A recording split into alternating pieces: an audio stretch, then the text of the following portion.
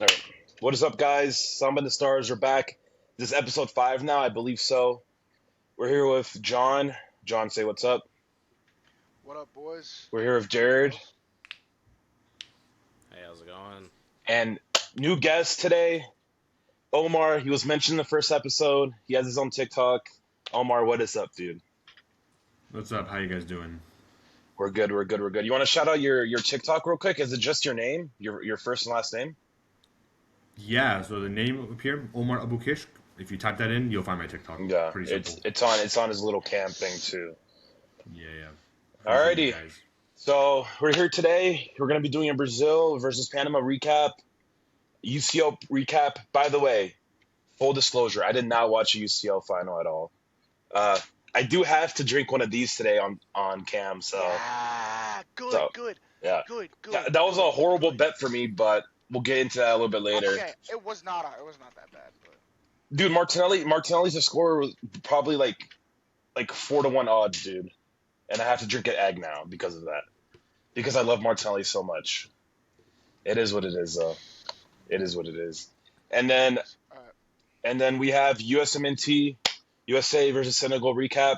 I think we're going to start off with USA recap first, actually, Jared, because Pedro is still going to come on. So, Jared, you guys just beat Senegal. That's a huge win for you guys. Huge confidence boost right before the World Cup. What do you think about that result?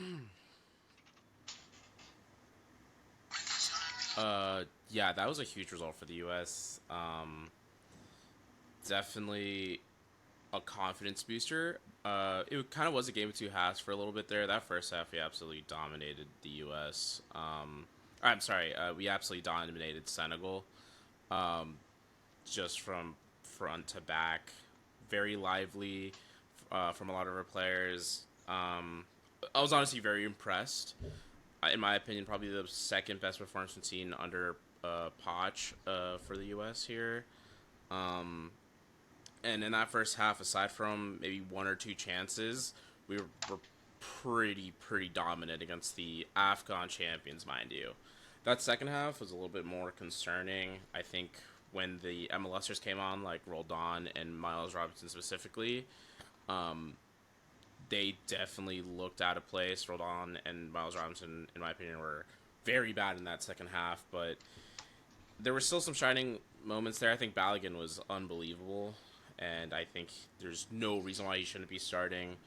Um, I think Timothy Weah has shown that he could be an effective right wing back. McKennie, we all know how good McKennie is, and he was really good in that second half. So I think there are a few question marks there for Poch and for the U.S. and how we're gonna set up. But overall, I can't complain on that was a great result Now, one, Jared, go ahead, John. sorry, Sorry. Jared. Can I get your input on something real quick? So, I didn't watch the game, but one of my coworkers is like a big U.S. fan as well, and I asked him like how the game went, and he was like, "Oh, it went terrible," and I was like, "Oh, you guys just beat Senegal. Like they're a pretty good team." Quote unquote, he said, "Did you not watch the game? We barely scraped by. We were playing it like we were playing a World Cup game." Like he said that that was an embarrassing performance, and that he has no hope for the U.S. team, and he will be lucky if they even make it out of the group stages. What are your thoughts, Jared? Jared, I know that tickles something in your brain. You're probably pissed. That is the most insane. I don't know how you can think that. I don't know what game your coworker was watching. I think that's actually just blown my mind. I do think that there were some instances where you could lose hope, like Miles Robinson giving up that goal, and even that first goal was just our defense fell asleep, which you need to clean up. But to say we were horrible is insane. We were really good. We dominated them. We really took them out the game, and we made them we made Senegal look terrible, and they beat Morocco not too long ago. Like they are the Afghan champions for a reason, and everyone had Senegal, or a lot of people have Senegal doing well at this tournament. I think we all predicted Senegal to do well at this tournament, Hmm. and we really just kind of dominated them over the entire game. I genuinely don't know how anyone can think that that was a bad performance from the U.S. I think that's crazy. So there's Pedro has just joined us. This camera will come up. What's up? Jared, there is something I want to share with everyone here. Something that kind of went viral. What's up, Pedro? He's a little blurry right now. It's all good. How are you, brother? Can you hear me? Yeah, you're good. Yeah. All right, perfect. Something I want to share about that USA game that actually went a little viral, right? Mauricio Pochettino pulling out the laptop in front of everyone. What I really liked about this, I'm gonna play the video a little bit, really quickly, so everyone can see.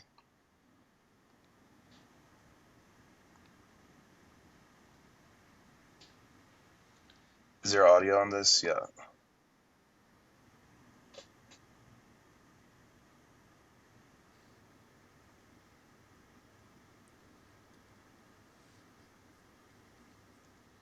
I'm gonna pause it there. One thing I really liked about this, honestly, it kind of feels like we're bringing a little bit of American football culture into footy in terms of on the sideline, American football, you'll see guys with the tablets, they're rewatching every play. Now he probably has a better camera angle, tactical angle of the game.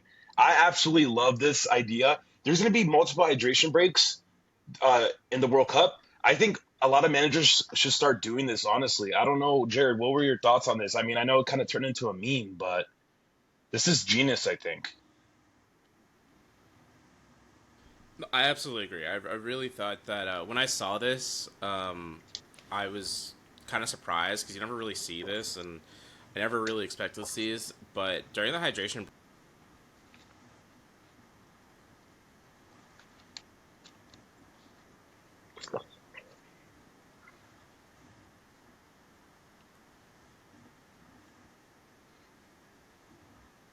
this was really interesting to me. And I was like, wow, I did not expect that. But I think another thing that was worth mentioning when I saw this was it's clear that the team, this picture in itself, like, it's clear that the team trusts Pochettino and they're listening to Pochettino.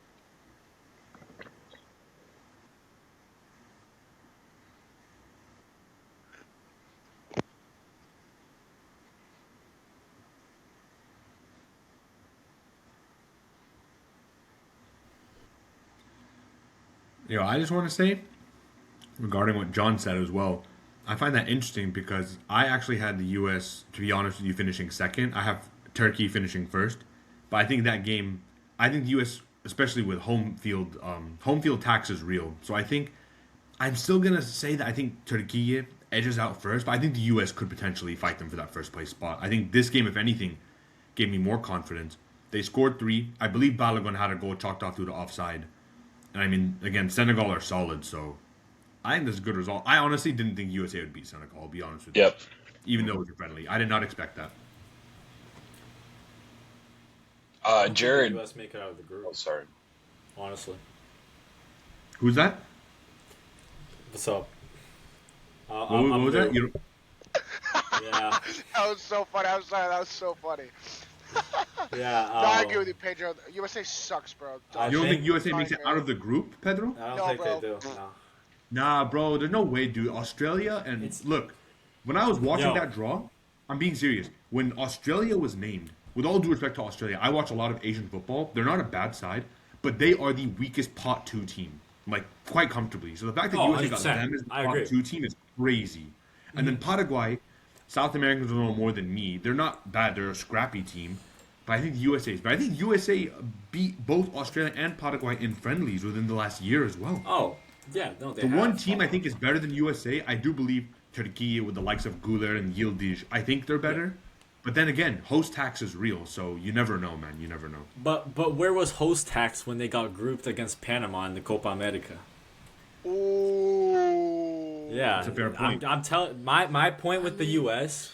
My whole graph with the U.S. is they can beat whoever they want in friendlies, but when it's time for the real thing and you're facing Paraguay, a team that actually wants to win, that actually held their own against Spain in 2010, the last time they were in a World Cup. Granted, it has been 16 years. And Australia is the same thing in the World Cup. They were able to make it out of the group with Denmark. Heavy favorites Yeah, you guys Denmark. are gonna shit the bed, bro. Sorry, I'm So sorry, Jared. I I'm love you, bro, saying but my whole thing is when it matters most, I don't think the U.S. are gonna handle that pressure, that home pressure, because the home tax has a good side, which we're talking about, but it also does have a bad side because the expectations automatically way higher, and the U.S., especially as of this decade, when the expectations are at an all-time high, they don't they don't do it.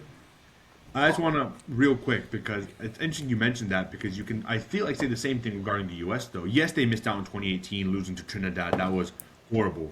But every time they've been in the World Cup, they've reached the knockout stage, and that was in the old format where only two teams went through. Yeah. Last World Cup, they finished second in the group with England. They did draw to Wales and only narrowly beat Iran, and then they would lose to the Netherlands 3-1. But then you go back to 2014, they got the draw with Portugal. They should have really 100%, yeah. beaten Portugal, but Yeah. Mireles scored that last minute header, Yeah. the Ronaldo cross, and then they lost to extra time in against Belgium. Granted, Belgium honestly peppered them, and Tim Howard kept them in the game, but Yeah, they still made 100%. the round of 16. And then 2010, same thing, not round of 16, and they lost to Ghana. They lost to Ghana in extra time. So the U.S. always does seem to reach the knockouts regardless. So That's a let me great say point. something. Go ahead. Sorry, Pedro. Go ahead. Go ahead. That's a great point, but I think what all those World Cups have in common that this one doesn't is that everybody didn't expect much of the U.S. You know, Hmm. in 2022, some people were like, "Oh, it's in the Middle East, Iran can make it out." In 2018, obviously they didn't make the World Cup. In 2014, nobody expected much. So if the USA got knocked out, it was like, okay, cool, they're in a group of Portugal. Oh, okay, cool, they're in a group of so and so. But they had nothing to lose. That's the U.S.'s biggest advantage because when you look at a country as big as us, that isn't that football or soccer isn't relevant here, and everyone's like, oh, look at those guys, they're not gonna do anything. And so when we tied against England in 2022, everyone went crazy because oh, it's England, you know, we tied them. It was technically almost considered a win by us, whereas from England it was a loss because in the World Cups historically ever since like the USA has been participating, it's we have nothing to lose. It's fine if we crash out. It's fine if we make it. But now we have everything. Or the US, I don't really support them as much as I do Brazil, for example. But the US have everything to lose, and the team hasn't been as good as 2022. That promising core that we had the last World Cup, we expected them to develop in a much better way for this World Cup. We expected Pulisic to be much better. We expected Gio Reyna to be much better. Tyler Adams and the whole rest of the core, but that hasn't been the case. And so when you align that, the way the team has devolved, as well as that expectation of them delivering like that. I think it was the Fox Sports ad where they beat Brazil in a final. Like this is something that like they want to get people excited. They want people to expect them to make it far. But I think that's only going to destroy them in the long run because this is a team that doesn't have a mentality, in my opinion. Mind you, with Diego Luna scoring the winning goal in the final, he wasn't Exactly, even called up. exactly. So I think that was pretty unjust, but at the same time, like we're talking about a guy that like he just came onto the scene, and I don't know, like all the other yeah, call ups that I was talking to Chris and Jared and John about with the last podcast. These guys they spend hours and days doing the scouting reports, and they know what they want in the teams, and so Luna missing out might be a way of saying that if Luna was in the team with Pulisic, then they would have to share that superstardom or that let's say that number one. Even though Diego Luna, I think it should be Pulisic, but I think it messes with the dressing room. Maybe it's a matter of they ask the players, "Oh, what do you think?" and they're like, "Nay, I think for 2030." You get what I'm saying? But yeah, I think they're getting absolutely ripped. I interesting. Can I Interesting propose insight. something real quick? Before we move on, we're gonna move on to UCL recap. I propose Jared and Pedro make a bet. If USA pass around a 16, wow. if USA pass around 16, Pedro, you got to drink one of these. If they don't, Jared has to drink one of these on the pod. Speaking of the egg, it's He a has nice it. thing you have that. Yeah, I When are mean, you gonna drink that? Because a as soon as we certain start the UCL, Martinelli.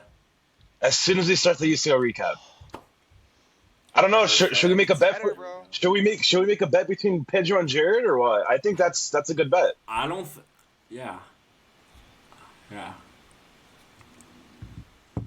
No. You have to win the round of 16. No, round of 16. Win the round of 16. So they have to make it out of the group, round of 32, and round of 16. So they have to make it to the quarterfinals. Whew. So Dude, I'm that's willing to take that crazy. bet.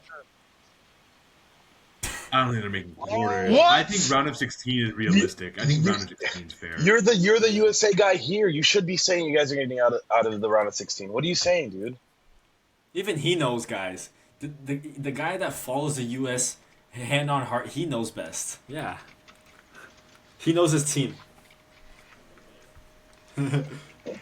when there's nothing on the line, people want to bet everything. But then as soon as there's something on the line, they reveal how they truly feel. No, I'm playing, but yeah. Let's do round of 32. If the U.S. win a round of 32, I will drink the egg. I'll put it in a cup and I'll drink it. But yo, I'm pretty sure if they make it to the round of 32, I don't think they have like a hard team in the first round. It would be like an Egypt. It would be like an Egypt or a Yeah, I don't think it's like anyone good. It's someone that they could like definitely beat. I don't even think they're getting. I think Egypt is sneaky though. I wouldn't say Egypt's a guaranteed win for USA though. Bro, Salah can give some Egyptian problems to Dest, man. Honestly. I honestly think they're gonna come in first. You have Salah, Marmoush, and that kid Hamza Abdel Karim. I don't think Egypt are a bad Wait, side. Man. that kid plays for Barca, right? I'm saying the World Cup. Yeah, the Barca. Yeah. Oh yeah. How old is he? 19. He's 19. Dude, he looks like he's Still 25, bro. It's crazy, but he had a game recently for the Barca where he scored 3 headers. He's great in the air. Yeah, They that's crazy. dropped Mustafa Mohammed for this kid, so One to watch for sure. that's a different team. But that's a team USA could protect. But of course, that also depends on where Egypt finished in their group and a lot of other factors. It's complicated with the third place finishers. Before it was straightforward, first versus second in this group, but now third place teams make things. Yeah. We don't even know really very the past. interesting. So, yeah. 100%. Yeah, and the thing is, Egypt have nothing to lose. It's just like Morocco in 2022. It's just like Tunisia when they face France and they beat France. Bro, I look at Egypt's group. Yeah. I think that's a group they Iran. have to get out of. I can't lie. Yeah. Out That of every Iran game is going to be African interesting. favorable group. The LGBT pride game. Awesome. What a 2 countries to pick for that, but yeah. Dude, Iran, New out of Zealand, 48 Egypt are better than teams. them. Yeah. But yeah. Yeah. Oh, sorry. Yeah. Let's move on. No, let's move on. Really quickly before we do, Jared, you guys play Germany next. Is that correct? Score prediction.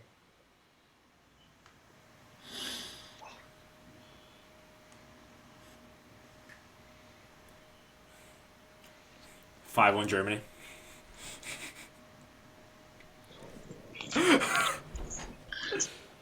Okay.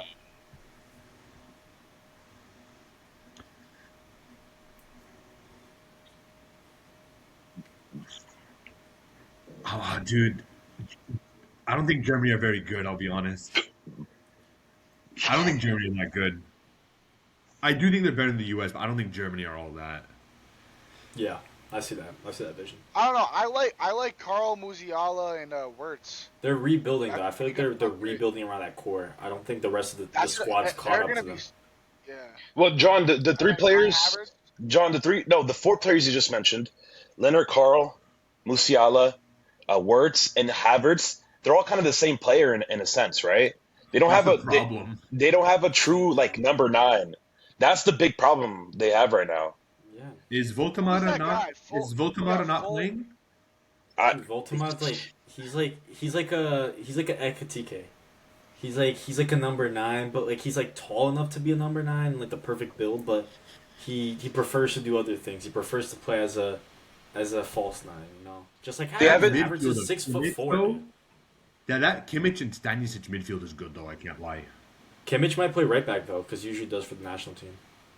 Yeah. And then who you got? Rudiger, Schlotterbeck, or Rudiger or Ta? I think all 3. I think they'll do the back 3. Probably all 3, dude. They don't have like wing backs like that. Yeah. Kimmich on right mid, and then Rudiger will start. What's his face? If Rudiger doesn't I think start, Rudiger starts. I'll be honest. I do think Rudiger starts. He's a great center back for Germany. I think it's Rudiger. We're talking Schlotterbeck and Jonathan Todd, 3 center backs. Goalkeeper Neuer. Right mid, Kimmich. left mid, that Leipzig left back. His name? Garatse could be a mid. Garatse. No, it's What's his name? Götze. Goretzka. Um, Goretzka. Yeah. I think No, he's Pedro's. not. You're talking about David Raum. I think you're talking about Raum. David Raum. Yes. Yeah, And then the two mids, you have a lot to work with, and then the front three, obviously, you have. I think Carl I'm probably calling on it. the right, I think Musiala on the left, or they might invert because Musiala's left-footed. I'm pretty sure, and then Havertz in the middle play that false nine because Havertz. I can see Neuer making an error or or two. I can't lie though. I can see Neuer making mistakes this tournament. Nah, He always he's makes safe. mistakes. Nah, he's safe. He's safe. Actually, no. 2018 against South Korea, I do agree. Yeah, he was. He went. Well, he outside was way to the middle. desperate. He was desperate. Yeah. To be fair. Yeah, exactly. So they were like facing elimination. All right, we're getting out of track a little bit, and to stay on track. One last thing I want to bring up about Germany before we move on. Isn't it crazy that since Miroslav Klose retired after 2014, they haven't been able to replace him at all. Fulkrug is making his second World Cup now, if I'm not mistaken. That is crazy to me because Fulkrug for me is not a national team striker for any national team at all. He's not a World Cup level striker. So for me, it's crazy that Germany haven't been able to replace. Now let's get on to the UCL recap. I'm gonna do this first. Now, the last time I tried to drink an egg, it did not go down. I'm gonna try my best, John. I'll try my best. Yeah, there you go. I'll try my best here. Beautiful. Thank you, Martinelli. Now, Super. I will never make a bet ever again because what was I thinking? Dude, this looks fucking. Bro, Dude, Raw just- egg is just crazy. down there. I didn't even. Be a man, bro. Have you watched Rocky? Have you watched that clip of Rocky where he drinks 5 eggs at once? He cracks them all open. I think the method right now. Don't cover your nose. Don't Bro, cover your that's the nose. method, Just bro. swallow. No method. Yeah. You just swallow. Do you not Dude, eat you eggs? just go for it. There's no planning it. You just go for it. Fuck, bro. You say thank you, Martinelli, and then you drink it. Dude, put some salt on that, or like milk. Dude, Yeah. just no. I'm gonna just ban it. I might Just spit it. down Yo, I might spit it on the ground. I never promised to actually spit it swallow. out, bro. Be a man. Bro, I'm gonna try my Wait, best. Do you have Rocky, water? bro. Do you have water right now? Yeah, I have Close water. enough I'm to gonna. feel it be like Rocky. All right, now let me say this real quick. Martinelli will be scoring the World Cup final goal. You heard it here first. I'm gonna clip this after with me You want celebrating. bet on it? You want to make another bet? I'm not Yeah, making no you're more making bets. another bet. I'm not making no more bets. Oh, All right, boys. Wait, so why is that so? Yeah. What? You didn't. No. It's still there. He didn't No, do let's it. see the I swear to reaction. God, Where's the reaction? He didn't I do swear it. to God, I did. No, I All you guys do is show I us the didn't cup. see it. Yeah. On my sure. mother's life, I did. He's lying, bro. Bro, Swear wallahi, bro. I'm about to throw up. Yo, Look, there's still a little some. bit left. There's still a Bro. little bit. Ew. Oh, it looks like shit. I'm about to throw up, dude. I'm about to This throw is up. That why- actually looks so bad. Dude, I'm about to throw up. I have to go. Yo, if y'all are someone watching the start- podcast, if y'all are Someone- watching the podcast, y'all in the car, y'all are not watching this, watch this part. This part's worth it. Bro, someone start the UCL recap. Dude, I'm going to use the bathroom, dude. Please, someone start the UCL recap. I'll start it. Yeah. You go. All right. So Let's talk about the Saturday. UCL final. Let's do it. So Saturday, I think we had two very competitive teams. You could say the best defense in the world in Arsenal, and then the best all-around team PSG. I think the best offense in the world is definitely Bayern, but I think PSG has a very, very good balance between both. And I think also just the fact that this team just won last year and they won in such a dominant fashion, just made them. I think it was just obvious that it was a matter of when they were going to win and not if they were. I think if you think about it, they beat every single big European team in the past 2 years. If you think about it, they beat Real Madrid in the Club World Cup. They beat Bayern in the Club World Cup and in the Champions League. They beat Liverpool, Arsenal, Man City, Spurs. If you want to count them as a big club, they beat City on the comeback in Paris, insane comeback, and they beat Barcelona at in Barcelona. So this team definitely, I think we definitely need to put some respect on them. I actually predicted Bayern to beat them, but I think I was obviously proved wrong. I think this team is very good. What do you guys? Let me ask what do you before we guys think? continue, so I can understand the perspectives from what clubs do you guys support, so I kind of have an idea, Well, like for the final or like just in general? just in general. United, Manchester. Yo, to be honest, like I don't really have like a certain club. Like for Yeah. in the Prem, I like Chelsea, Fair but enough. I'm like asking I for like, don't. for example, as like a Madrid fan, right? It's like Yeah. it. I'm saying this because like it's the fact that they repeated. It's like Yeah. up until then we were the only team in the modern era to win back to back. Well, granted we did three in a row, but it's 3. interesting Yeah. that I didn't think another team was. I'll be honest with you, I didn't think another team was quite capable of it, and they did it, and they're gonna go for the third next season. I hope someone stops them. I don't want them matching I, our three but P. you know what? But I think they are. So I watched the final with John. And the first thing I asked him after they won was, "Do you think this team could three-peat?" And I think they could. You know what? Granted, I actually there's a Vinny poster right there. I admire Real Madrid a lot, and then that's a United poster. But mostly I would consider myself solely a Man United fan. But let's trace back to Madrid's three-peat then. So Madrid won in 2016, 17, and 18.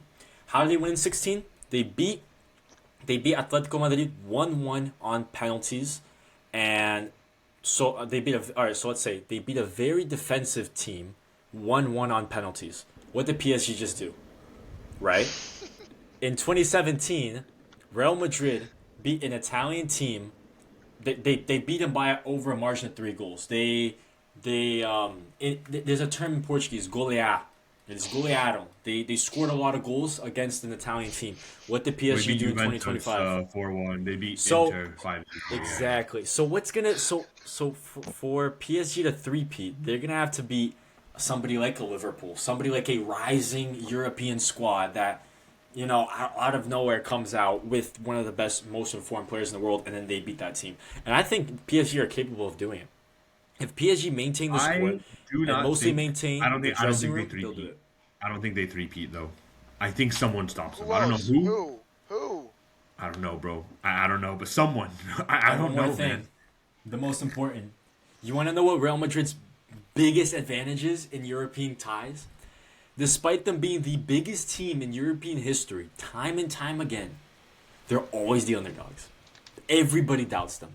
Everybody doubts them before they win. Everybody doubted them in 2014 before Sergio Ramos headed it in. Everybody doubted them in 2016. Oh, they lost 2-0 against Wolfsburg. Oh, they lost here. They lost against or they're tying against Atletico de Madrid. Can they do it? I think they'll do it. Atletico Madrid that year beat Bayern and Barca on the way to the final. In Yeah. 2017, the Bayern tie.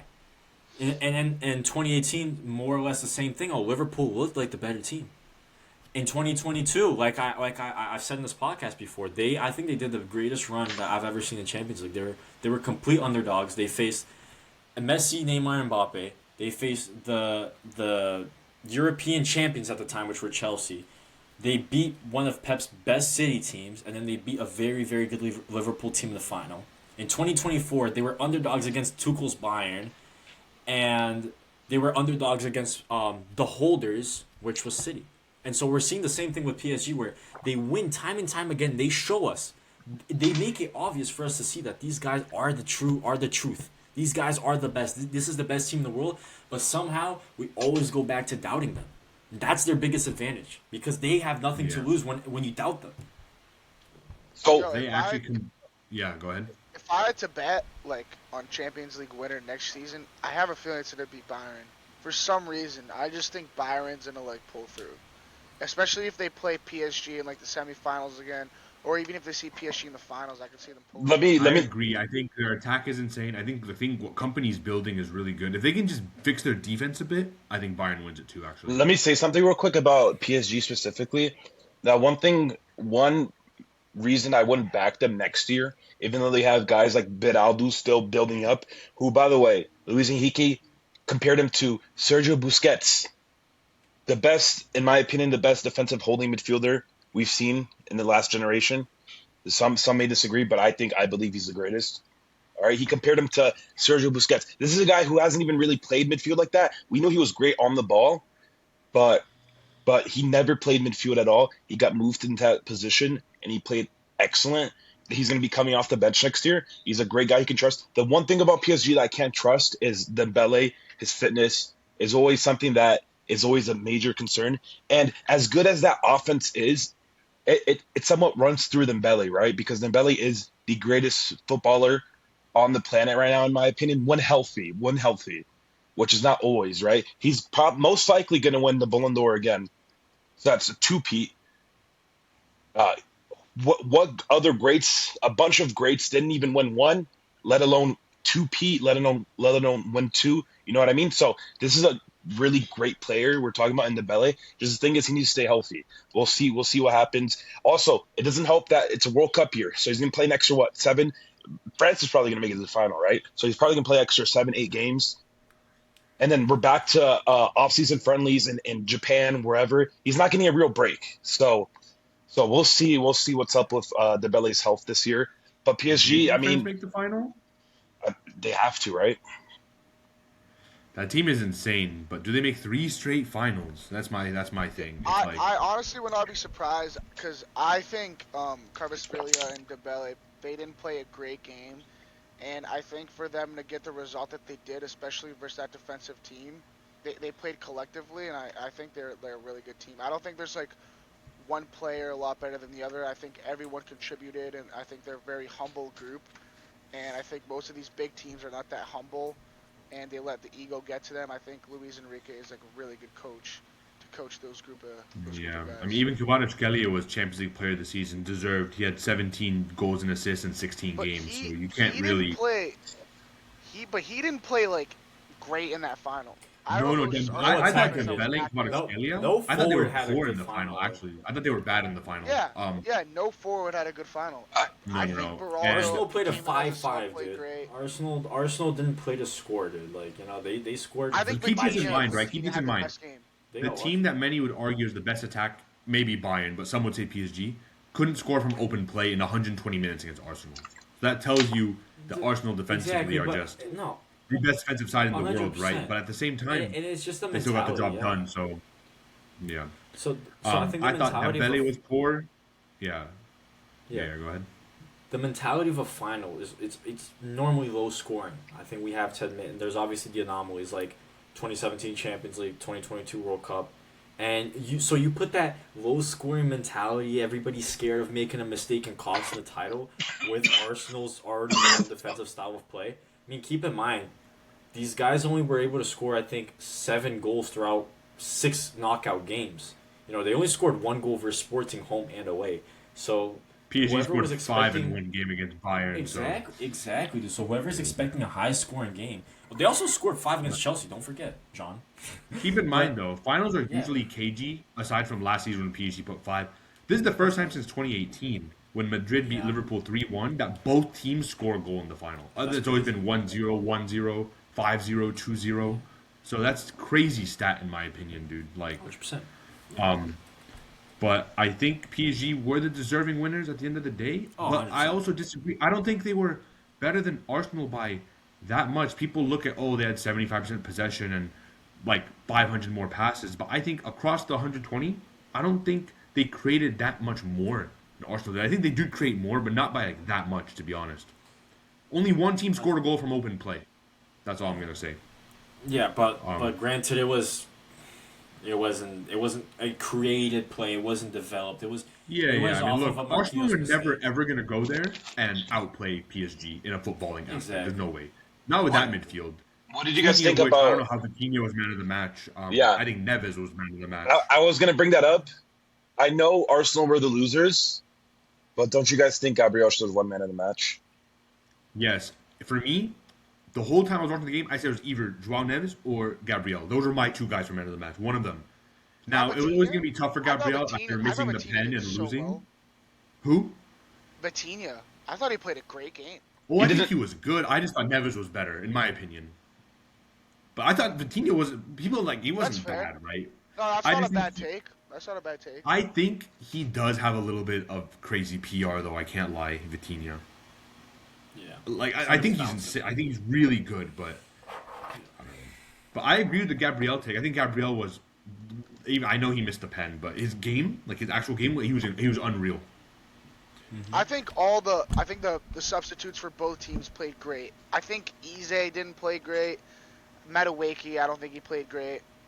What's his name? That's an Saka average game didn't for play good. Madueke, bro.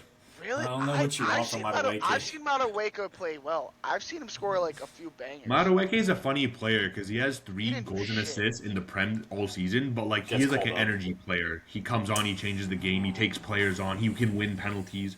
Well, that's why Somehow Tuchel should have called him won up. another one That's why Tuchel called him up. over the I likes don't of think he'll Foden, play. over the likes of Foden and Palmer, mind you. I don't even think he's gonna play for England, to be honest with you. I think he can come off the bench. I think he'll come off the Yo, bench. this, I don't I'm think he sorry. will. You think I would Saka's rather, gonna like, play full Rashford or, 90s? like, I don't think Foden. Saka's gonna play full 90s. Dude, Saka doesn't even deserve to be on a plane, bro. After that performance, Yeah, It's yeah. not. This is not a first time he's had a bad final performance and a bad performance this season. After he signed a $400K a week contract, he's been a different player. But I think the whole argument, we were talking about this in the podcast in the past. The whole argument when you call up a winger, when you sign a winger, you're signing a winger to score goals and to make plays. You're not signing a winger to defend, bro. Defending is an added bonus. He should, just like Kvaratskhelia. Nowadays, bro, you have Barca signing Gordon because he presses. So I don't know, man. It's, Bro, like I know 80 like, million. alright, Don't get me wrong. He's a great 90, player. but 90. 90. Well, after all the add-ons and stuff, I think Gordon's a good player, but like crazy inflation. I think I do Saka. think, by the talked way, about that. yeah. Sorry, I think Saka should it's too late now, but Saka would still be the best left back in the world. It's just too late for him now. It's too late for him now. You can't You move. know what though? Regarding You Saka, can't move. though, Pedro, he why are is you a looking at me proven like that? To be fair to him, though, I think Saka's a proven performer, along with the likes of Jude and Pickford. And Yeah. funny enough, Maguire, who I think should have been called up but Yep. wasn't. Those guys like always perform at international tournaments. I don't know how Maguire was left Palmer? out, but Palmer's Euro 2024 was I mentioned it too. It was crazy. He should've yeah, been every called time the up. guy came off the bench, he made an impact. Exactly. That's what you want. You I don't do want. think though. Oh, I'm gonna sub on Palmer because he tracks back. No, you're gonna sub on Palmer because he can score. You're gonna sub on Palmer because with one play, this guy can change the game. Just like he did against PSG, where everybody wrote Chelsea off. Just like he did it for England when he scored in the final. That's why you want. That's what you That want. guy's the forward. first big game merchant, man. I swear that guy will do nothing all I'm season, but telling come you. finals, he'll score a goal or two. It's crazy. Exactly. So So- to Chris's point too, I actually believe that Gabriel, along with Pacho, I think those are the 2 best center backs in the world. Honestly, those guys are insane. I think Gabriel has a good shout. I think he's. I wanna Saliba too, see. but I think Gabriel is better. No, it's funny you brought up Saliba. I want to see Saliba on his own. I want to see Saliba. I want to see him at a Bayern. I want to see how he plays without Gabriel. Because, dude, I was so France. wrong. I can pull up. Yeah, he's injured, I believe. Am I wrong? I hope it's not serious because I want to Oh, see yeah, him play no, for he's France gonna at the be World out. Cup. I want to see him play for France at the World Cup. I hope it's not serious. Yeah. I don't think he's gonna. Let me I say don't think this. he's gonna- Let me say this. I made multiple tweets bashing Gabriel. Omar, you know firsthand, dude. I've talked horribly about Gabriel. Oh, cold. It's recording, I guess. Can't hear you. You're muted, Chris. I think I can't hear you. We can't hear you. Oh. There we go. Speak. Yo. Yeah, what's up? I can hear both of you guys. Jared, your mic is very sensitive, dude. I can't see Jared at all. Like, all right, he's off. Like, Is the recording, air, dude. Did it save? No, the recording still happened. It's still on. I don't know why it said it was I saw not the recording. Oh. Anyways, for you guys that are listening, let's continue. I think a good point to make. We were on the topic of Gabriel and Saliba and all that. Yeah. So I think Gabriel will have a good World Cup. However, I don't think it's going to be the same case for a lot of other Arsenal players because I think Arsenal is a team that they play in such a let's say structure. They play in such a different way than especially most national teams would play. That I think most, if not all, of Arsenal players will underperform at the World Cup. I'm talking Rice. I'm talking I hope not Gabriel. I'm talking Saliba. I'm talking Saka, Madueke, Gyökeres. I don't think these guys are gonna have good World Cups, and I think the opposite is gonna be is gonna happen for PSG players because under Luis Enrique you have a very free flowing style of play where a player like Hakimi, I remember, was pressing as almost like the striker. You know, he's constantly either overlapping, underlapping, Hakimi's mastered his position, and so that allows him to help Morocco advance in the World Cup, especially since they have high expectations. I think the same applies for Nuno. I think the same applies for Vitinha, and so on and so forth. However, for Arsenal, since their style of play is so ugly, it's so it's reliant on long throws, on corners. When you're in a national team camp, you don't have time to have a set piece coach. You don't have time to you don't have time to really pick at these little details that Arteta's picked at for the last 4 or 5 years. You don't have time for that. You have 10 days. So I genuinely think that Rice, yes, like I said, Rice, Saka, Madueke, Gyökeres, I hope not Martinelli and I hope not Gabriel, but they could be included. Saliba too. David Raya is not even going to start for Spain, but I think the general idea is that Arsenal players will underperform and that PSG players will actually play better. On the topic of Rice, I heard a really interesting take the other day. I want to know your guys' thoughts because don't get me wrong, I'll be the first to say Rice for me. You could argue he's the best DM in the world. Without a doubt, he's top 2, top 3. But I heard this take that, do you guys think Rice, despite being one of the best in his position, do you think that he kind of like limits Arsenal in the way? Because if you guys remember, Arsenal used to play some really beautiful football. The team that had the Aubameyang, the vertical and tiki-taka, yeah. But they weren't getting results. They played an attractive style, but they weren't winning anything. This Arsenal team is more organized, more structured. They win more. I mean, hence they won the Prem. But their football is ugly, set piece, corner. It's like OKC. You're just going for the results. That's what I'm saying. So do you think a guy like Rice, despite being one of the best and helping, do you think he limits how expansive Arsenal can be? Not quite. I think it's mostly Arteta. I think this Arsenal team throughout the years was tired of becoming second. I think it gets to a point where you're second in 2023, 2024, 2025. You're getting knocked out in the Champions League. You're going out early. You have to listen to everyone talk about how you guys are bottlers and so and so. I think that's what really motivated these guys to play a much more, let's say, safe style of play. Because I remember Arsenal in 2024, the first half of 2024, this team was insane. They were beating teams by 5-0, 6-0. Their first, the 23-24 season, the 2024 part in the Premier League, they won. I'm pretty sure I have like the 18 games. I'll put this on the screen. I'll probably post this clip, but they won every single game but one. And that caused them to lose the title. And they were winning these games by 4-0, 5-0. Are you talking about second half of the season? Yeah, that second half of the season. season. They lost one game to Aston Villa. That cost them the league. Yeah. That was insane. So I definitely think it comes from that. I don't think it comes from Rice, I think it's their attack. I think that Arsenal would be a lot better if they had a guy like Marcus Rashford. I think Marcus Rashford would fit in. Someone that takes the ball, like puts their head down, and just goes to the. Someone has attitude. They don't have a guy like that. Like a Maverick. This season, though, this summer, they're gonna go out and sign a left winger. Watch though, because they need that. So I have a question. So dust. He's mid. He's mid. I have a question to ask about Arsenal's attack. Right. Let's say you're a young winger, a young striker in the market, and Arteta comes calling with their style of play. Remember, Martinelli, when he first got signed from Ituanu, that first 2 seasons, Martinelli was electric. You guys remember that goal against Chelsea? Yeah. When Saka first started at Arsenal, when he came up from the academy, he was playing left back. He was having good performances.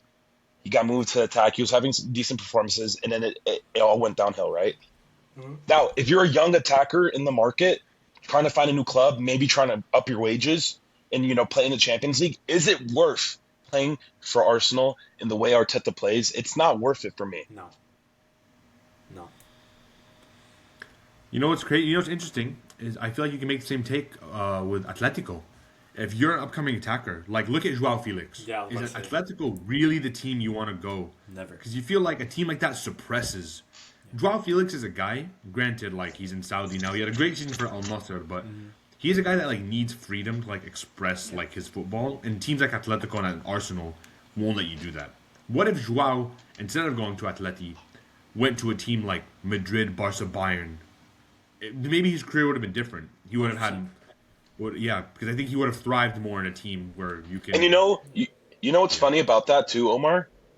He could have just gone straight to Barca, right? He went to Atletico and it killed him. So when he went to Barca, he wasn't the same player. He was still pretty good for Barca, but it wasn't the same. It wasn't the same. There wasn't that flashes of brilliance we saw in Portugal.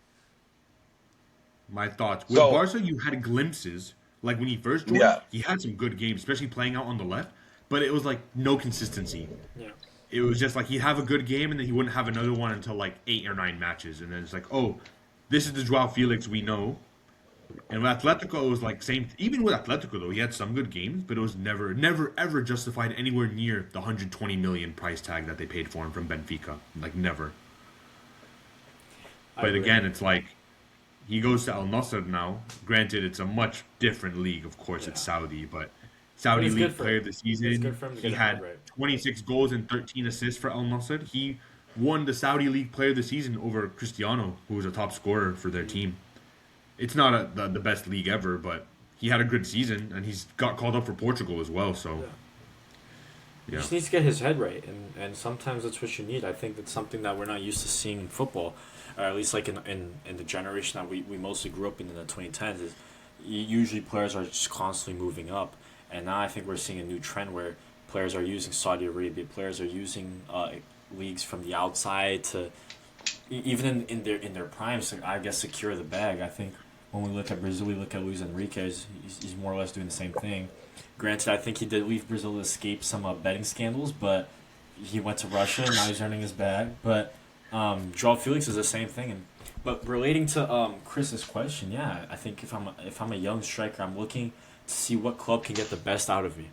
I'm not looking for the biggest paycheck yet, unless I go to Saudi, unless I go to Russia. But if I'm looking to play in the top 5 European league, I'm looking for a club that best suits me. I think good examples. I mean, as much as Richarlison wasn't the youngest, I think his move to Spurs at the time was wrong because you clearly have one of the best number 9s in the world there. So I don't think that's a good fit. And I think like for anybody to want to go to Arsenal this summer, is gonna have to be a big contract, because playing time alone, because all right, so you're not gonna get a lot of playing time. You're going to play in a very ugly system that might not favor your creativity or your skill if you're a very skillful player. And the pressure is huge because the expectation for Arsenal is to win everything. They made it to 2 finals and they won the Premier League. So now the expectation is win Champions League, win Premier League, and win the Cup. Win the treble. I'm not taking that. I wouldn't go. Yeah, I feel that. And then, like, same thing with Felix. It's like, dude, we're talking now, and I just remembered, like, this guy played for Chelsea and AC Yeah. Milan. Like, the most forgettable, like, stints ever. Yeah. Like, I forgot he played for them, genuinely. Yeah, exactly. I remember his time with Atletico. I remember his time with Barca. But his time with Chelsea, and especially his time with Milan, like, I forgot he even Chelsea, played bro. for They them, dude. signed 10 players every transfer window. I'm not sure if you guys even remember Santiago Jimenez from Feyenoord. Well, He yeah, went to he's at Milan now, but Yeah. he has, like, 0 goals in 2026, dude. Exactly. I don't even know if he got And called Mexico up. called him up, which, like, I get it, Yeah. right? Mexico aren't Yeah, they have spoiled to. with, like, talent, Yeah. like striker talent, but I mean, he won't start. It'll be probably Raul Jimenez and Yeah. that Quinones guy who was the top scorer in Saudi with like Yeah. 33 goals. Yeah. Probably. That makes sense. But they still called him up. I get it, so that makes sense. But yeah, So let's move on to the Brazil Panama recap. Now, before I wanted to say one last thing. When you brought up Richie, Omar, you're the Real Madrid fan in here. Was it true? There was links after the World Cup of Richie going to Real Madrid from I saw Everton some 2022. Richarlison? after 2022. Yeah, I would see I would actually, now that you bring it up, occasionally on like Madrid extra Madrid zone, I would see the link. Of course, it never like really developed into anything like Yeah. real, but there were like some reports. yeah. There was also when Gabriel Jesus. I remember. I think Vinny had gotten his Spanish passport, and it opened another international slot for you guys. Wasn't Gabriel Jesus very close to signing, or was that fake He news? was Gabriel Jesus is a player that I actually wanted for a while Yeah. because like I love that type of striker. Like Benzema's my favorite player ever, and I love the type of striker that's just like complete, that makes his teammates around him better. I feel like Gabby Jesus, although the injuries have honestly screwed him, but like Firmino? I think he's the kind of player that like I like the way Gabriel Jesus plays, man. I like him. Yeah. Injury screwed were him, but linked with also him as you're well. playing for Arteta. Say that again. Sorry. No, I've always liked Gabby, and even when Benzema was at the club, we were linked with him as like a second striker, even like a backup to Benzema. Or when Benzema left, he could have been the 9. I like Gabby. How old is Gabriel Jesus? 29. Still young. Still, He's- is he 30 years old? There's no way, man. No, he was 18 when Palmeiras won the Brazilian. Dang, dude, time flies by, dude. He's I 29. will never forget when I watched his debut for City, and he scored against Tottenham, but I think it was offside. But I'm like, I liked what I saw from him. I always liked him, man. I know Great eventually player. they'd bring in Holland to replace him, which is like, who wouldn't? But I like Jesus, man. He just didn't fit in Pep's system. I mean, he played there in a season in 2022 where City didn't play with a striker. I'm not sure if you guys remember that, but I'm pretty sure he went on podcast to speak about it too. He ended up playing on the wing, and like he spoke about it, saying that, like I guess he just wasn't the type of player that Pep was looking for. And this was when Aguero Even had then, left. though, So. Pedro, he scored twice against us in the semifinal. And if it wasn't for Rodrigo's player. last-minute goals, Yeah. Man City would have went to the final and maybe beat Liverpool, maybe not. But they could have won the UCL that year. He too. was another Joe Hart. Joe Hart, I'm not sure when you guys remember, but he was a starter at City, starter for England, and Guardiola comes in and he leaves, and his career just goes downhill. And actually, Guardiola spoke about this in his departure. They asked him, "What's your biggest regret?" And he said, "Not giving Joe Hart a second chance." And so, crazy how stuff like that happens. But I think considering time, we should get to that Brazil game. I can't lie.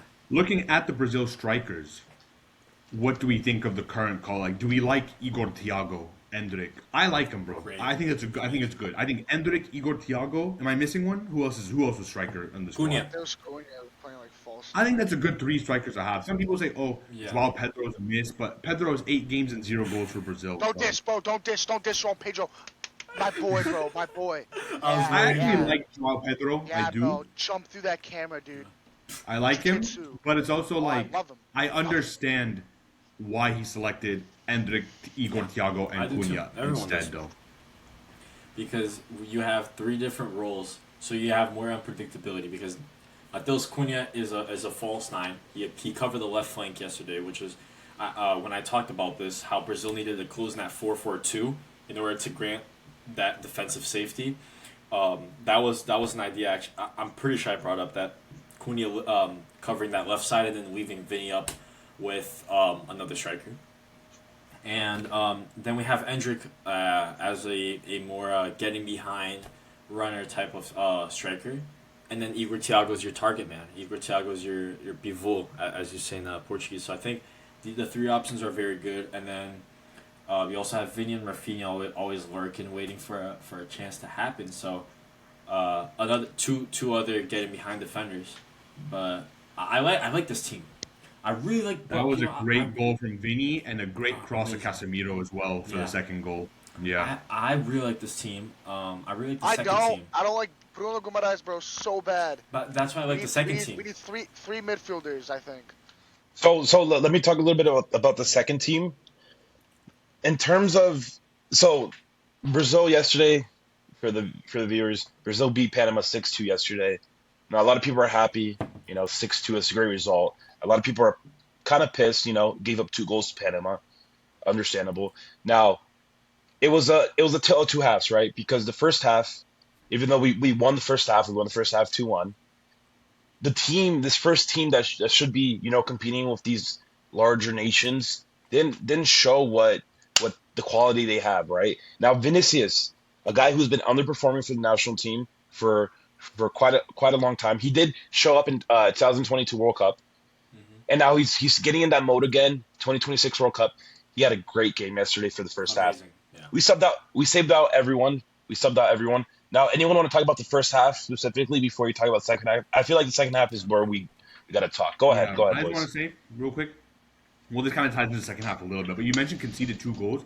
But honestly, man, that deflection off Cunha and then the long range shot, you can't really do much. So about those. I have to say, for the free kick, if you watch that replay, I should have had it pulled up, but Alisson was cheating. He does something that a goalkeeper shouldn't do. He was trying to cheat the free kick to get there early. So if you see, he took a big hop to the side the shot should have gone to. Of course, you can't do nothing about the deflection, but he was out of position there. He was cheating on that goal. If the ball got over the wall, he would have caught it like a normal shot. He wouldn't have dove and saved it.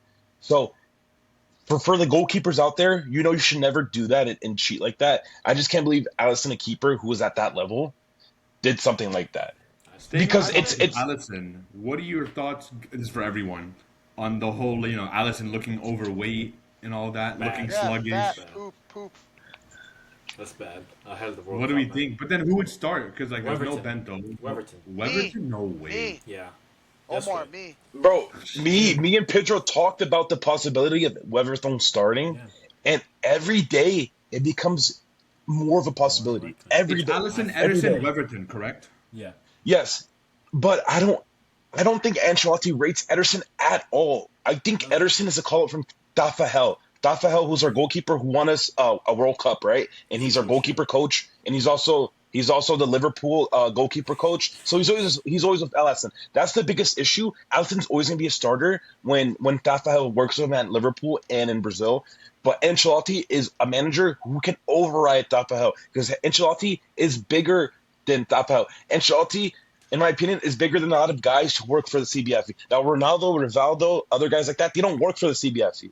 There's certain players like Juan, ex center back. What club did he play for? Why am I Roma. blank? I think Roma. Roma, yeah. Who? Ancelotti is Allison? bigger than these guys. No, Juan. Juan. Yeah. Oh, yeah. I think. So- Sorry. Go finish what you're saying. So Ancelotti has the, I don't know, I'm like blanking on the correct word. He has the power to bench Allison, bench Ederson, and start Weverton. Now, we don't know how Weverton's looking in trainings. Obviously, he's got to show up. He's got to show something. But that game right before the call-up, where he played against Bahia, I'm telling you, man, that's one of the best goalkeeper performances of this year so far. So Weverton has a real chance. He still has a real chance. Now, obviously, large favorite, Alisson's going to start. Now, we'll see what happens in the group stage, man. This is a big concern for Brazil, honestly. I think for the friendly versus Egypt that I think Weverton's gonna start. I hope so. I think Alexandra played fine. Bremer, who was it? Danilo? No, Bremer and Lel Pereira. Nothing special. Wesley, I thought played great. Great. Yeah. Casemiro played great. Bruno Guimaraes okay. Luis Enrique, I didn't think Luis Enrique did anything. Rafinha looked lost. Cunha looked a little bit unorganized. I think Vinny played great. And Vinny no one's stole talking shit the about show. Vinny's performance. Yeah, he stole Yeah, the show he first did. half. He did really good. Do you guys think? Allison, Do you guys think some of the Flamengo call-ups are unjustified? I hate him, dude. I hate them all, bro. I hate them all, dude. I'm No, telling you. just Danilo, to be Paquetá. honest. Lucas Paquetá did so well. I was so happy. Yeah, we'll talk about Lucas. We'll talk about Paquetá. We'll talk about Paquetá. When I'm talking about Weverton, bro, hold on, just a quick thought. When we're talking about Brazil and this generation, we're talking about a generation of guys who are disappointing. It's the last time or the biggest time we went without winning a World Cup was 24 years, which was from 70 to 94. We're doing that same cycle again if we don't win this year. And so the thing that we need, and that Ancelotti realizes, we need players that have won before, especially and players that have won before, and the players who have won before with the national team take higher priority to that. And Weverton won the Olympics in 2016. That can't be forgotten. We beat Germany 2 years after 7-1, and Weverton, he saved a penalty. I'm pretty sure. Don't quote me on that because I don't remember it very well. But if I'm not mistaken, he did save a penalty in that game in the penalty shootout, and he was vital. And ever since then, who, Weverton? Yeah, obviously the. Sorry, he did. Yeah. The European fans or the guys who don't follow Brazilian football might not know much about him, but he played for Palmeiras. Palmeiras' era between, I would say, 2019 and 2024 it reminded me a lot of how Manchester City was dominant in the Premier League, because they were a very dominant team in the league. They won 2 Libertadores, and Weverton was there for all of it.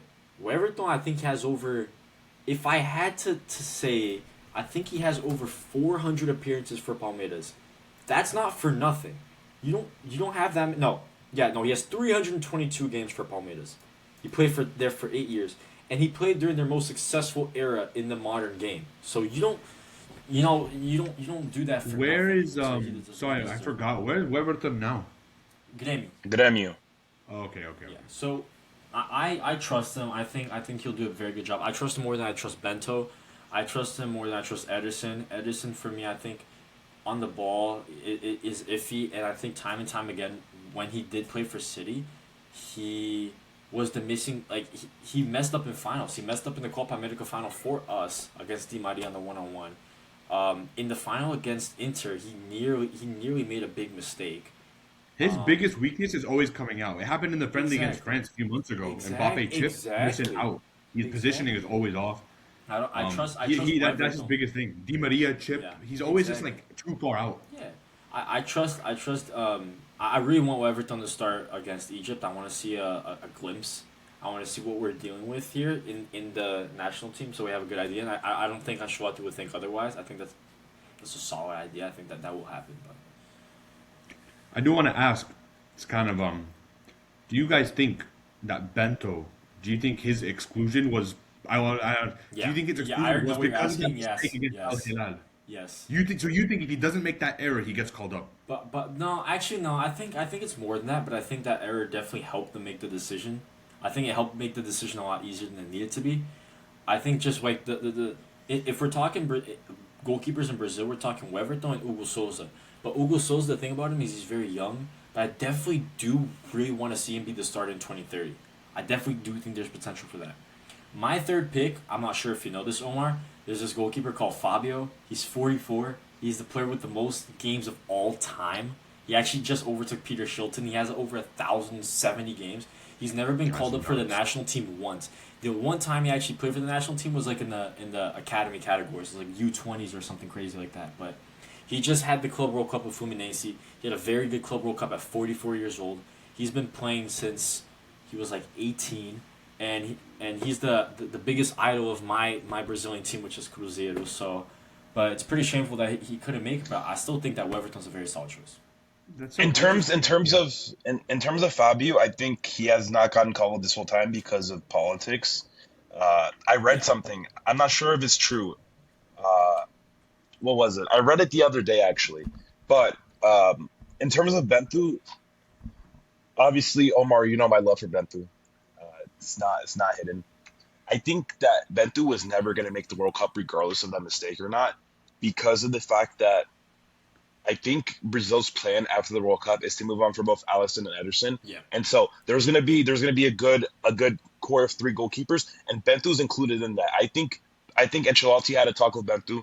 I think Bentu might be sad, he might be upset, but he's never gonna play a World Cup game. You know what I mean?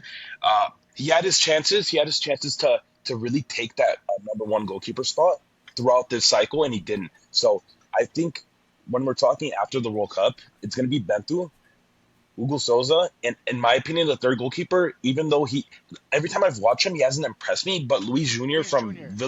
Yeah, from Yeah, Villarreal, he legend. has not, he hasn't impressed me like that, to be honest. But uh, he's had some good performances, so he's probably I gonna be want the to say third something about goalkeeper there. Bento because I watch Saudi football from time to time. I watch Al Nassr. Yes, okay, look, that error against Al Hilal was bad.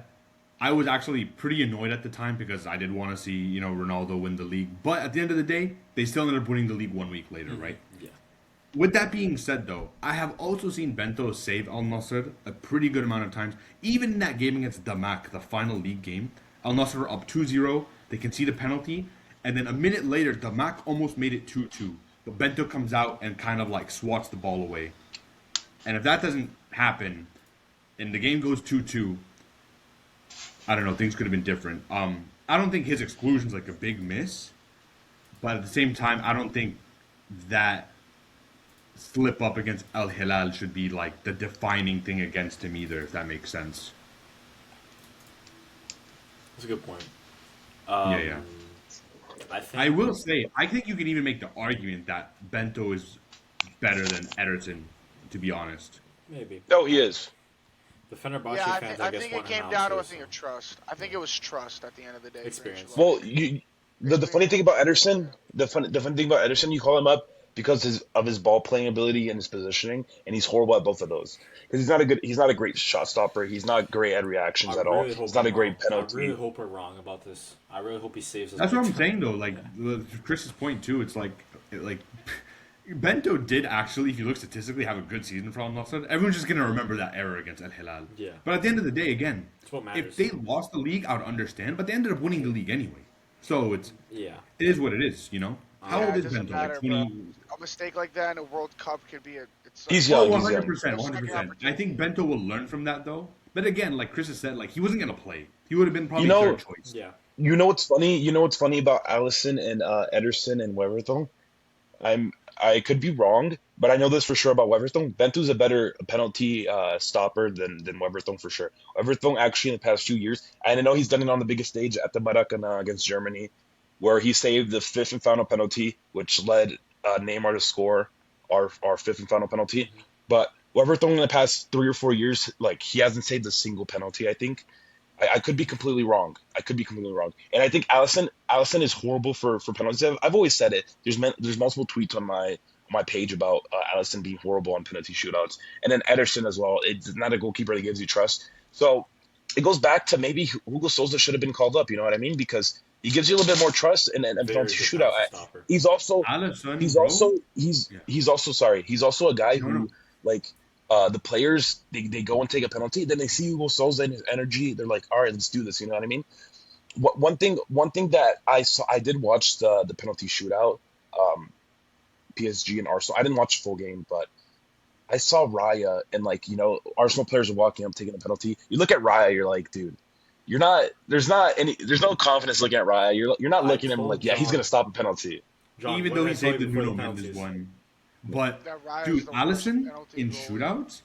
I love Allison as an overall keeper, but he's one of the least intimidating keepers in a shootout. He's like the opposite of Emi Martinez. Like I think have Raya's no worse. confidence After in a what I shootout saw, with that that guy. was terrible. So- Raya's terrible. So I watched the game with John, So and bad. I told him because I'm a United fan, and I remember when we played them in the FA Cup last season, and we beat them on pens.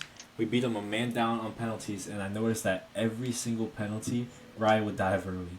And so Raya did the same thing in the Champions League final, which I thought would be pretty funny. Man, I think that does translate to when we talk about Brazil, because I think you need to have somebody that's a good penalty stopper. I mean, you got three keepers. You do, bro. And two of them most likely don't play. So one of them has to be your guy. I remember, I don't think the streets will never forget Tim Krul subbing on for Peter Silesen in 2014 against Costa Rica and winning the game. That's what it's about. That's what Brazil needed. Or I hope it happens. Bro, I hope. swear I can only remember one shootout. We won. The Brazil won with Alisson. That was 2019 against Paraguay, right? The quarterfinal in the Copa Exactly, America. but dude, just That's like it. you don't even. Did he mention save? those He saved against- one in that one, I think, I right? don't remember. But then you look at the losses against Uruguay, last Copa America, Yeah. lost on He saved penalties. one? Against Croatia, Croatia. lost on penalties in the World Cup. I just don't have confidence with Alisson. As- in the shootout. In my opinion, though, in a penalty shootout, the goalkeeper's job is to save one penalty, in my opinion. But when we look at a guy like Divo Martinez, every time he faces a team, the team misses at least two penalties, and it's not always him saving it. It's because he gets in the mind of the opposition. So much so they But changed the the- rules on it. He changed the FIFA rules. Yeah. on it, that they couldn't Yeah, do but it. he still gets in their mind though, Finds a way. even after that rule No, change. Emmy, But I have a lot of opinions on him. The last guy I want to go up against in a shootout, dude. 100%. Yeah. He's insane. He's insane. But- I don't think but he's, a I think he's keeper's- overrated as an overall keeper. But in shootouts, For he's sure. the best in the world. Bro. For sure. He's the best But- in the world. the keeper's job is to save a single penalty. It's a player's job to score every other penalty. You know what I mean? Yeah. But you have to save one. Now against Croatia, he couldn't save a single one, Allison. And ever since then, I've hated him. Like, of course, Rodrigo missing brutal. Marquinhos off the post brutal, but you have to save at least a penalty to My just issue, keep us Chris, alive. Too, it's not even that. It's like I was just frustrated because he doesn't even come close to saving one either. Yeah. Not even close. The Croatia game, like compared to Livakovic, he was much better. amazing. Or even you watch Morocco, like Bono. Bono always saves 1 to 2 pens, always. Two insane For keepers. Morocco. I don't know who their agents are, but whoever Livakovic's agent is needs to be fired, because after that World Cup, how he didn't get a big move, I don't know how. I don't know how he didn't go to City. 100%. I mean, you have Bono, He went to who was Turkey, with Sevilla and at the Ederson took time. his spot. Doesn't he Yeah. play at like Dynamo? I think he plays like Dynamo. He did. doesn't He plays in Yeah. Croatia. Did he- I think But he look still at like does. Bono, for example. Bono was already at Sevilla, And like, yeah, it's a bag move, but like he went to Al Hilal. He's been really good for Al Hilal. Yeah. But I think he Livakovic's went for agent, money. Yeah, of course. yeah. But he's won a lot of titles with Al Hilal too, and he's a big reason. He's won them So shootouts as well. let's get back. Let's get back to the Panama game. So we talked about first half, and then we got out of hand, out of whatever. Second half. Go ahead. Go ahead. Sorry. Go Let's ahead. talk systems though, because what changed was that we had 4 forwards in the first half to 3 in the second, and I think there was obviously some stuff that we're gonna need to tweak. But I think, and I think it's a good opinion to have that I've seen is the squad that we're gonna see play in the World Cup and hopefully win is not gonna be the best squad on paper. It's not gonna be what we've been drafting up with the whole Casemiro, Bruno Guimaraes, and the 4 forwards being Vini, Rafinha, Neymar, or Cunha, and then Luis Enrique. It's not gonna be that.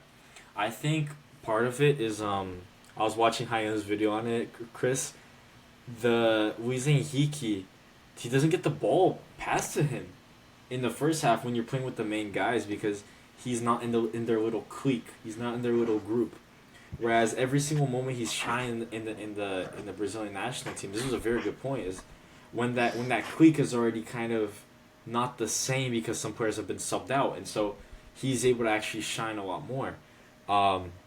I definitely think if these guys try and if we're talking obviously the big names, Vini, Rafinha, Cunha, and Neymar, if they try and keep their little group the way it is, all between them, then I think we can only dream of a World Cup.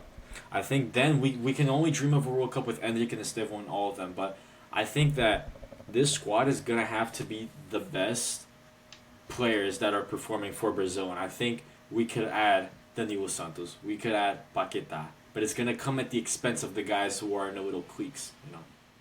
Yeah. So I think the main reason, obviously, Ancelotti is a great coach, but one of the main reasons, and I'm glad CBF, the guys who are higher up there, they hired Ancelotti for a reason. Man management, he's Yeah. gonna fix that locker room. I'm sure before the World Cup starts, there's gonna be no more little click. Now, after the game against Panama, I saw Ancelotti walking with Rodrigo Caetano, who's CBF director, Yeah. and Neymar. They're walking around making little jokes, man management, getting together with the players. He's got to fix this because it's a tale of two stories, man. That first half, and just to talk about Luis Enrique real quick. Every game that Luis Enrique has played well has been off the bench, but has been off the bench for a reason. I have no doubt that if he starts at the World Cup, he could play great. But the issue is the fact that these players are not passing to him. He didn't get any opportunities. So for anyone saying he had a stinker and oh yeah, he's better off the bench, it's just What not is he true. He just supposed didn't to play. do? Yeah. Yeah.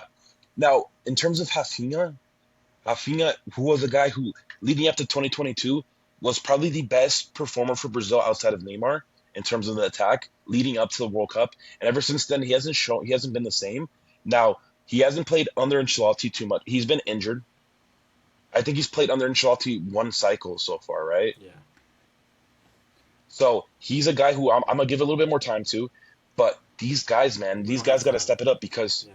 because you're looking at Igor Thiago running like a madman. This guy's what 6'2", 6'3". He's running faster than Rafinha. He's running The faster than passion Vinicius. Igor Thiago shows is commendable, man. Yeah, and So this is a Rafinha for guy. me has been, yeah. Go ahead. No, go ahead. Talk about Rafinha. Now, I was saying Rafinha for me. I think Rafinha is a great player, right? But he's kind of become Rodrigo in essence that he doesn't perform for Brazil, but no one talks about it. Don't get me wrong. Like Vini hasn't That's a good point. performed for Brazil, but he gets criticized. I think Rafinha is always escaping the criticism. He hasn't been, like you said, since 2022, which I thought he wasn't good at the World Cup. He hasn't been amazing for Brazil. But of course, there's still time for him to change that, and I'm going to give him another chance. 100%. I think a good idea to take into this Egypt game is we take out Bruno and Rafinha and we put in Paquetá and Danilo, and then we make it a three forwards and 3 mids. That could be an option. It's in my opinion, it's too obvious that with a midfield of Casemiro, Paquetá, and Danilo Santos, we're gonna make the final. For me, it's so obvious. And It's what works, dude. You know the thing about yeah, the World Cup that's so special is like The Argentina team, for example, they went through, I'm pretty sure, 4 different formations leading up to the final. So Mm-hmm. it like Ancelotti said, it's about the most resilient team. It's about a team that can play through various systems, and so I think that we're learning how to play with that 4-2-3-1. Okay, but I think now it's time to take that 4-3-3, and then in the defensive transition you have Casemiro drop obviously, and then you have that 4-1-4-1, which is in my opinion the best defensive transition there is, because that's what Morocco used to get to the semifinal. That's what most teams use. And regarding Casemiro. Argentina too, you look at their team. Same like you said, you don't have to have star name. Argentina, so many of their players are like mid, bro. Like honestly, The last World but they Cup. just like they have a system that works and So they know how to exactly. play. So the last World Cup, they had players who played starting for Brighton and for Benfica, and they And had Udinese, exactly. DePaul at the time was playing for Udinese still in I think Italy. no, he was Atleti, or was he? No, he moved to Atleti after the World Cup. Exactly. So like, Yeah, it yeah, gets to a after. point So, where but yeah. if a team knows what the mission they're on and they know what they're doing, it doesn't matter where you play. It matters what you are in the moment. Because think about it, Yeah, Dybala didn't absolutely. play. Well, Darwin Martinez wasn't getting a lot of game time because he wasn't performing, and so they made the risks because they saw who was playing well. Because Julian Alvarez was playing much better, but Julian Alvarez wasn't getting the game time because of Holland, and so I think we need to look at the same thing when we look at the World Cup and look. All right, so for example, my starting lineup for Egypt against Egypt will be Weverton in goal, the 2 center backs. Honestly, I would go for whichever one of Gabriel or Marquinhos is more fit or more ready to play. I wouldn't go for both yet. And then the other center back, I'd probably go for Bremer. And then if we're looking at the 2 fullbacks, I'd obviously like to start with. You know what? I'll start with Ibanez. I'll start Yep. with the more defensive option in the first half and see how Wesley does in the second half. And then Alex. No, I'll do Douglas Santos on the left because what happens is I like those two because Alexander stays or no Douglas Santos goes and Ibanez stays, and then when it's the opposite, Wesley goes and Alexander stays. And then in the midfield, we're looking at the midfield three. I think we should definitely try at one point, first or second half. Casemiro, Danilo Santos, and Paquetá. I think everybody wants to see that. And then the front three, obviously, if we're talking the best, I want to see Vinny up top. I want to see Endrick. And then on the right, I want to see Hayan. I think Hayan's great. If it's not Hayan, I would like to see Endrick on the right and then Igor Thiago in the middle alongside Vinny. I think that would be amazing because what a No lot of Rafinha? no, because Rafinha's coming back from injury and so is Bruno. They're very uncertain, and I think what was missing in the first half to make that first half very very strong for us was we were missing somebody in the box. Yeah, but you even said Rafinha wasn't even playing his position. I think bench Exactly. Luis Enrique, put Rafinha on the right. Even in 2022 World Cup, Yeah. Rafinha on the right was really lethal. Rafinha He was hasn't played on the alright. right in a while, though. Yeah. He hasn't played on the So right If in a you're gonna while. use Rafinha on the right, it has to be. It could work, but he has to play a right forward role like Yeah. Salah, where he tucks in. Okay, Because I Rafinha think cannot play as a touchline winger. He just can't take players on and do I, all the playmaking and all that. I think if we play 3 midfielders, like he just said, Mhm. first of all, I don't think Bruno's gonna get benched, even though I think it could be a good idea. Yeah. I don't think he's gonna get benched. And even if we play 3 midfielders, I don't think Cunha's gonna be in the starting lineup. I think Yeah. Cunha's only in the starting lineup if we run 2 midfielders. Yeah, that makes So sense. I could see Endrick or Igor Thiago starting. I don't Yeah. know. Igor Thiago, I don't know. I think I so. have. Let me What's up? go You ahead. can talk. Sorry. No, I just want to. All right. You can talk. I want to point up 2 things with the midfield real quick. Firstly, there's a lot of people questioning Lucas Paqueta's um, call up, and he just proved everyone wrong at the Maracanã, the biggest stadium in Brazil. Uh, People say the biggest stadium in the world, but Lucas Paquetá, this is a guy who he's the essence of Jogo Bonito. He's a guy who's going to come into the World Cup.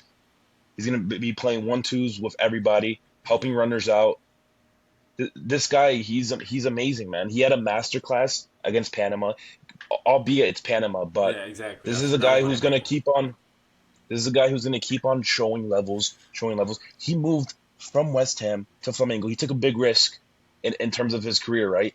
He had to kind of get out of England because they were doing him very dirty. He already got cleared of all The of bad name. all. Bucket Yep. bitch. But he came to Flamengo. He didn't have a great start. He kept on building, got called up. And another thing I want to talk about the midfield.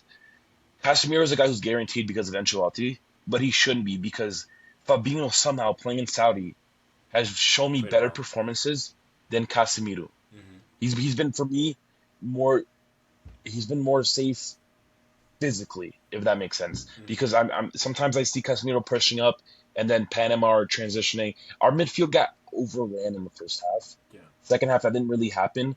Uh, that late goal from Panama was just us not being That clean was with the crazy ball. goal. But Though. Yeah, You know exactly. what though? It's interesting because you say it's Panama, and yes, don't get me wrong, Panama are not a great team, but at the end of the day, they're at the World Cup. Yeah. yeah, They're at the World Cup. They're in a group with England and Croatia and Ghana. So yeah, they're Kudos to not them. elite by I any mean, means. bro, Haiti's in the World Cup, bro. Like, come on. Yeah. That's what I'm Just saying. because But at the end of the 48 day, teams in the World Cup, dude. That's not that but special. at the end of the Out of day, 211 teams. at the end of the day, you still have to play these teams though. You're gonna be playing Haiti. Yeah, You got to take care of them. Costa Rica didn't make it. Jamaica didn't make it. Like That's better what I'm saying. So CONCACAF you teams say didn't Haiti make and it. Panama are there, but look who missed out from CONCACAF. Costa Rica, who you'd are have to kind of consider World it. Cup regulars, missed out even in the expanded format. Yeah. I don't think the 48 expansion, I don't know. I don't think it takes away from the quality as much as people think. It will, of course, a little Yeah. bit, right? But In the first couple rounds, but then it all makes sense. I'm really excited I'm to see for the expansion. I'm a little biased. I'm for the expansion, though. because I think the chance for more storylines and more upsets, I think it's a good thing, I think the most fun part of the World Cup is the group stage because that's when there's games every day, all the different fans. I remember like all the back in- different cultures, the different fans, the Yeah. upsets. Yeah, so in 2022, like that, we had like 2 weeks straight of just football every day, and that was so much fun seeing, Morocco fans and then Senegal. The meme of the Moroccan guy in the middle of all the Senegalese fans dancing, that was pretty funny. And then Don't like forget Saudi beating Argentina. yeah, and then you get the round of 16, which is like right after, and then it stops for like 2 days. That like 2 day break is when shit gets like from like, oh, hey yay fun to serious.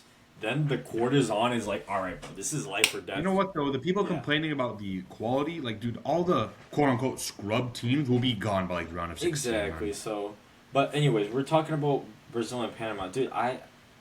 Paquetá is exciting. I like the game he had. I really like, how fluid he was moving in the midfield. So in the second half, what happened was, you had that 4-4-2 that Ancelotti was trying out, and I really liked how he had Paquetá on the left, and then he had the two center midfielders as Fabinho and Danilo, and then Raya on the right with Endrick and Igor Thiago up top. And then what happens in the kind of the middle of the second half is both Paquetá and Danilo keep like switching back and forth. And I think I really liked how they played with each other and how that led to that goal that Danilo scored, which was a very good goal. And I think us Brazilian fans, are us true Brazilian fans, I think for this Egypt game, I'll say it. I think we're more excited to see the second team than the first because I know I am. Because I know after that performance, after they put 4 goals, albeit Panama was more tired, and that's what happens when you play weaker teams. They start out very, very strong, trying to play head to head, and then they eventually get tired.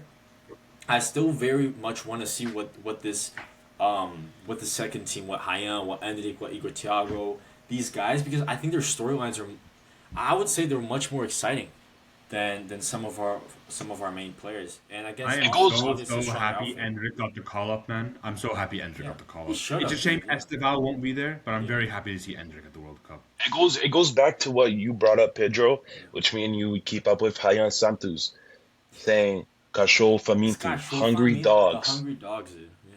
The hungry dogs, man. These are guys that come from nothing, and they're just grateful to be They're there, not everything and they, yet. Yeah.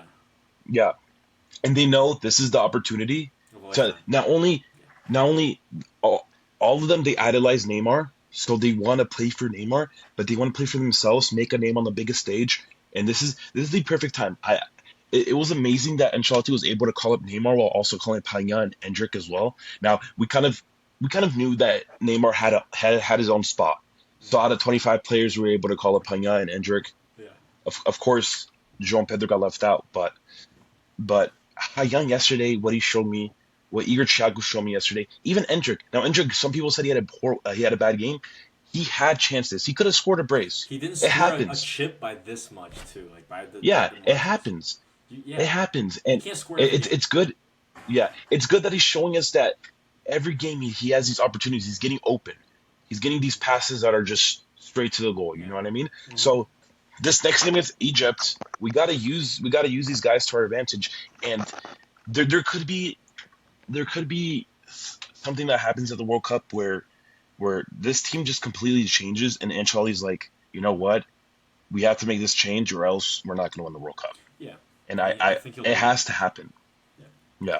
I am really looking forward to what our team would look like when we're facing the France, when we're facing the Spain. Because, truth be told, I think in '02 and '94, if you look back at the teams and where the players played, not everybody was playing at a Real Madrid or Barcelona level club. Not everybody was playing for a top club. Some players there were playing for lesser known teams. And I think, like, for example, in 2002, Romario didn't get called up after having over a 30-goal season with Vasco. Even though he was old, he didn't get called up, and a lot of people thought that was unjust. And what I still think is unjust that this player never played a World Cup. We're talking about Alex, the king of Turkey. I'm not sure if you guys know him. He's actually the fifth player with the most assists in history. He's an idol for Fenerbahce. And in 2002, I'm pretty sure he was playing for Cruzeiro. He was playing in Brazil. And he didn't get called up. And a lot of people say it's because of politics. A lot of people say it's because of that. And then after that World Cup year, in the '03 season, he had his best ever season with Cruzeiro. And Cruzeiro had their best ever season in the century. We won a bunch of titles. We scored 100 points in the league, and he didn't get called up. And I think if you guys look at this guy's highlights, they call him Alex Cabeção, Alex Big Head, because he was also bald. He was absurd. He was genuinely like I've watched Robinho highlights. I've watched obviously Neymar highlights, Messi, Ronaldo. But trust me, when you see the technique that this guy had, you're gonna be shocked. This guy was scoring chip goals from outside the box. His plays, he was insane. Didn't get a call up. Didn't play. But who played? Ronaldinho. Did Ronaldinho work? Clearly he did because we won the World Cup. And so you have to make those sacrifices. You have to I think like there's gonna come a time where I think we're gonna have to leave a Rafinha on the bench. Rafinha's gonna have to endure sitting on the bench because Haya is playing better. Because Luis Enrique did better with the time that he had, albeit most of the times the less time that they actually had to play. Because with Endrick, you give him 14 minutes, or like, all right, do something. You're throwing him in the pit. You're throwing him in the lines. Like, all right, bro, have fun. Like, go do something. If you don't, you're not getting called up. And so like that I like that because like he's able to perform with that, and that's what we need. We need players who can perform under that pressure, and I definitely think that starting squad when we play in the final at MetLife July 19th is gonna have Danilo Santos, or it's gonna have a Paquetá, or it's gonna have a player that has a more important role than the team that he plays for. You get what I'm saying? Because it gets to a point where the team that you play for doesn't matter. Like I said, Brighton and Benfica. Two players from Brighton and Benfica made a World Cup final, which nobody thought they would. So, very, very interesting. I have to say, because you brought up how it might look against France. Brazil just played France. That first half where we had our starters, where we had Rafinha, we played horribly. Yeah. Second We half, didn't we were have better. anyone in the midfield.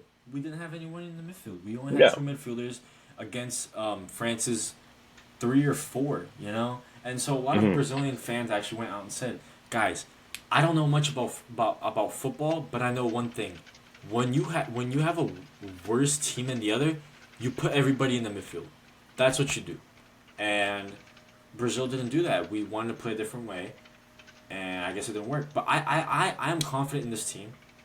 I'm confident that if we see what we want to see against Egypt, and we have a very locked in squad for the World Cup, I think Vinny playing the way he is, and he has no excuses to not play his best because he's at the prime of his career, the prime age of his career. He's playing under his greatest ever manager that he's played with, and the team is gonna play for him.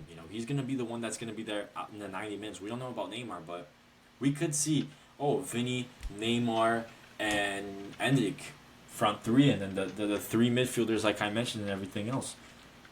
We could see that 4-4-2 This with is Vinny and Neymar up front. this is the most pressure I think Vinicius has had his whole career.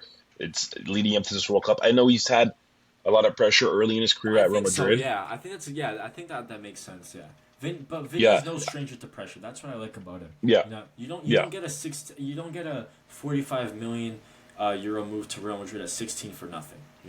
So I think Yeah. this is somebody that I think we're trusting the right guy. I think as much as he has conquered everything and he's very rich and so, the World Cup just brings out a different desire from the players, and so that's going to be very fun to look towards. But yeah, I think Is there that anything else? pretty much finalizes Sorry. my thoughts. Yeah. Yeah. Anyone else want to bring anything up in the Panama game? John, Omar? No, I like what I saw from Brazil offensively. I mean, I feel like people will say, "Oh, again, it's Panama." I know the expansion. They were at the 2018 World Cup, so they've qualified before the expansion. Panama's a team that a year ago, or maybe with Dorival, Brazil might have not even beaten. Honestly, so take that as you will. I think Egypt will be a tougher test, but I really like what I saw against Panama. To be honest, the opening game against Morocco will be interesting. I think it'll be a good one. Very, very interesting. Yeah, All right, boys. I think that about wraps it up, right? Yeah. yeah. Yeah. All right, guys. Thank you so much for joining another episode of Samba in the Stars. Pedro, shout out your Instagram real quick. The Instagram and TikTok is Pedro Talks Football. I appreciate you, Talks Chris, for football, having me on. of course. Oh Omar, yeah. shout out your TikTok one last time. Yeah, so name you see on the screen, Omar Abukishk. Type that in, you'll see my TikTok. Appreciate you for having me on. Yeah, and Pedro, I'll give you a follow too, and Of course, brother. Yeah, we'll talk. yeah. No, but And thank then you again. I John, appreciate it. Thank you for having me on. real quick, your Twitter. You've been grinding, right? Not the past like few days. I've been on a bender. Like to be honest, I don't even really remember watching any of the games Yeah, this weekend. yeah. I By the way, remember the by the way, UCL one. by the way, happy belated birthday to John here. He just turned 21, so Happy birthday, man. Thank you. But yeah, so my it's Twitter Brazil right team of there. John. Yeah. Yeah. I'm All right, probably gonna guys. change it though. It's such a shitty name. Alright. Do All right, All thank you right. guys. It was fun talking. I stopped recording.